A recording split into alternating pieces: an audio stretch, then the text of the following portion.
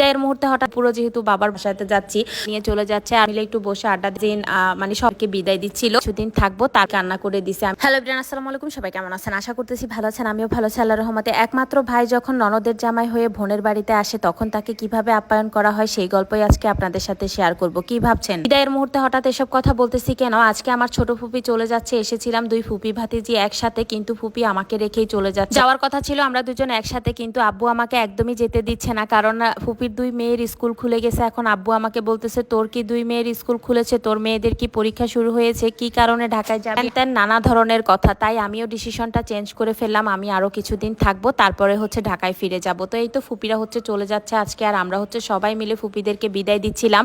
বিদায়ের মুহূর্তটা আসলে অনেক বেশি কষ্টের, আর ফুপুরও যেহেতু বাবার বাড়ি আমারও বাবার বাড়ি, দুইজনই হচ্ছে ফিলিংসটা একরকমই হয়। তাই ফুপি যাওয়ার সময় একদমই ইমোশনাল হয়ে যাচ্ছিল। আমি ফুপিকে একটু হাসানোর চেষ্টা করতেছিলাম, হাসাইতে গিয়ে আমি নিজেই কান্না করে দিছি। আমি নিজেই হচ্ছে ইমোশনাল, আবার অন্যকে হাসাতে যাচ্ছি।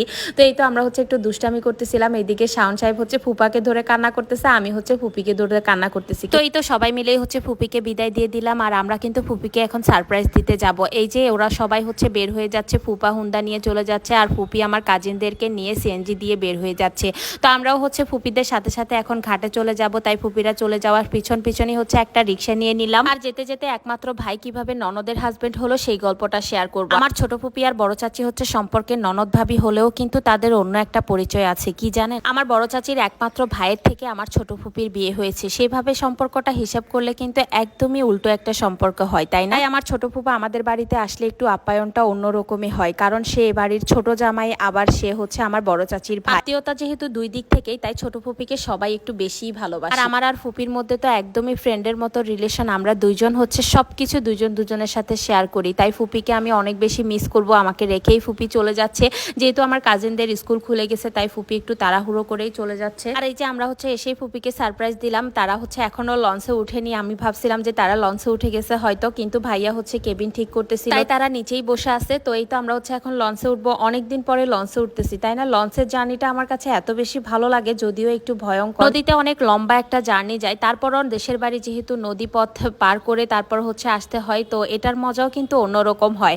তো এই তো আমাদের হচ্ছে এখান থেকে আজকে দুইটা লঞ্চ ছাড়বে, যেহেতু ঈদের পর তাই হচ্ছে একটু ভিড় বেশিই থাকবে লঞ্চে। আর ফুপিরা একটা ভিআইপি কেবিন নিয়ে নিল, কেবিন হচ্ছে নিচে থেকেই ঠিক করে তারপর উপরে উঠতে হয়। মাঝে মাঝে আমরা হচ্ছে আগে থেকেই বুকিং দিয়ে রাখি, কিন্তু এখন হচ্ছে প্রায় ঈদের লাস্ট সিজন মুহূর্তে অনেক মানুষই চলে গেছে, আমরা আসার পরই হচ্ছে কেবিন পেয়ে গেলাম। তো এই তো এখন হচ্ছে আমরা কেবিনে যাচ্ছি। আমার আর কখনোই এভাবে লঞ্চে ওঠা হয় নাই, কারণ সুনাইরা মনিকে তো বাসায় রেখে আসছি, মনের মধ্যে একটা ভয় কাজ করতেছে, যদি হঠাৎ করে লঞ্চ ছেড়ে দেয় তাহলে আমরা নামবো কিভাবে। তো এই তো ফুপিদের কেবিনটা আপনাদের সাথে শেয়ার করি, এই যে আমাদের বিএফি কেবিন, এটা তো সুন্দর করে হচ্ছে কেবিনটা জাস্ট শেয়ার করলাম, আর এখন হচ্ছে সবকিছু সেট আপ করতেছিল। আর এই যে বিএফি কেবিনে একটা ফ্রিজ আছে, একটা সোফা আছে, একটা বেড আছে, বিশাল বড় একটা রুম। তাড়াতাড়ি ওদের রুমে ঢুকে ওদেরকে সেট করে দিয়েই হচ্ছে আমি একটু সামনে চলে আসলাম, ওদের জন্য কিছু চিপস, চকলেট, জুস এগুলো কিনে দেওয়ার জন্য।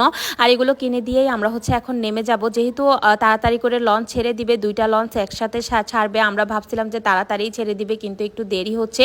আমরা উঠেছি প্রায় 20 মিনিটের মতো হয়ে গেছে, এখন নেমে যাওয়ার সময়ও হয়ে গেছে। তো এই তো সবাই মিলে একটু বসে আড্ডা দিচ্ছিলাম, গল্প করতেছিলাম।